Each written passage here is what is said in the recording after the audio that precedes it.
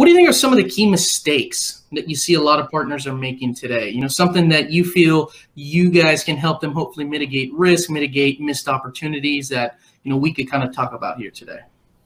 That's a great point. I think one of the big areas partners may struggle is making that shift from having the speeds and feeds conversation to having more solutions and outcomes focused conversations. So, you know, leading with a what's called a cloud adoption framework, which is something Microsoft has available, and this should be part of every sales process. We can educate partners on how to do those or even conduct them on partners' behalf. Another big mistake is not realizing that the buyers that they've been talking to in the past are changing. And I don't mean just changing to line of business, but I mean the way that they buy is changing.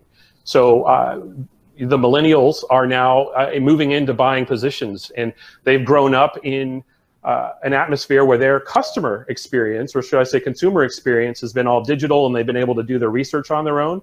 As they moved into these buying roles, whether it be in an IT or in a line of business faction, they are expecting the same type of purchasing experience that they've had in the consumer space. They want to be able to get it now, know that it works. They don't really care about the how. They just want to know that it's going to be delivered effectively. So being able to pivot and address their needs and message to that buyer is the way to go.